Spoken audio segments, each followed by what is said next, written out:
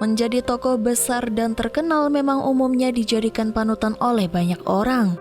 Namun tidak semua perilaku dari tokoh tersebut bisa kita jadikan panutan. Karena berikut adalah perilaku para tokoh terkenal yang tak layak dijadikan panutan. Siapa sajakah tokoh tersebut? Langsung aja yuk kita simak video berikut.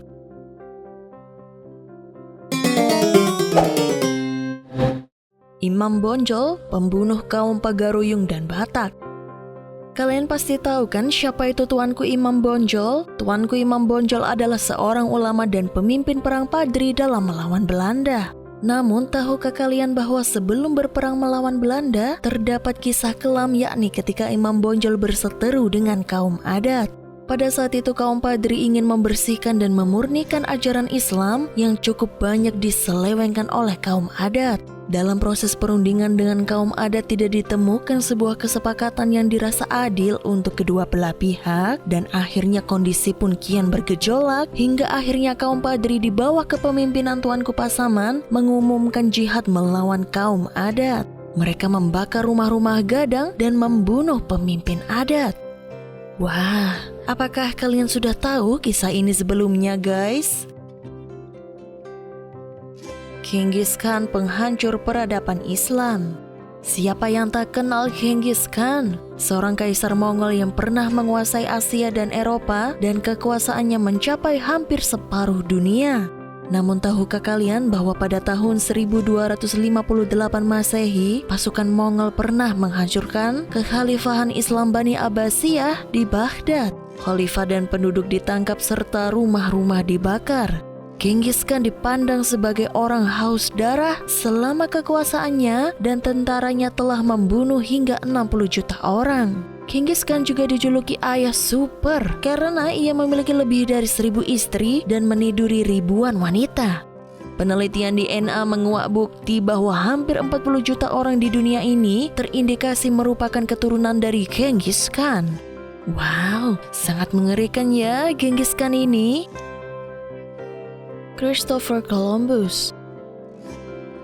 Sejak sekolah kita telah mengenal Columbus sebagai pahlawan penemu daratan di dunia. Namun kita tidak mengenal Rodrigo de Triana, seorang awak kapal dari ekspedisi pertama Columbus. Tahukah kalian bahwa sebenarnya dialah yang menemukan daratan loh?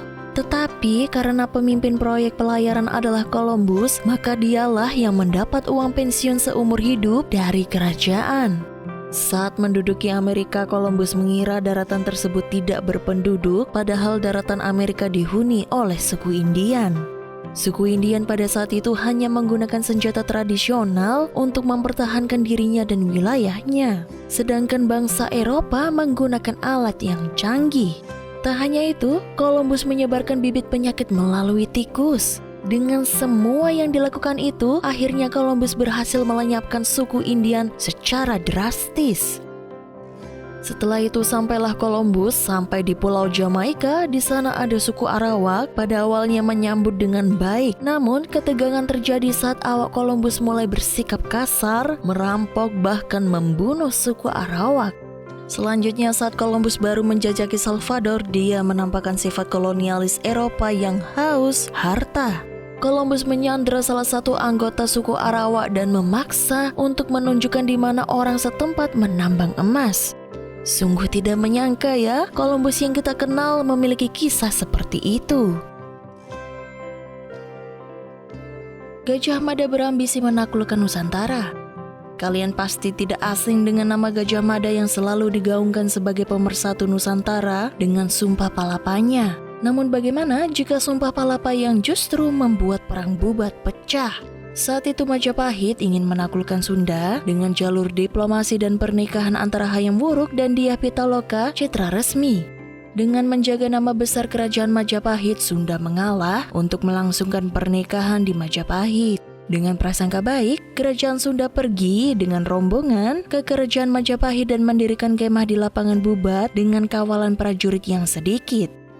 Gajah Mada memandang hal ini sebagai kesempatannya memenuhi Sumpah Palapa dengan menyerang rombongan Sunda. Ketika itu Hayam Wuruk menolak, namun atas perintah Gajah Mada pasukan Bhayangkara dalam jumlah besar menyerang rombongan dan hanya menyisakan Dyah Pitaloka. Sayangnya dia juga memutuskan untuk mengakhiri nyawanya sendiri dengan menancapkan tusuk konde tepat di jantungnya.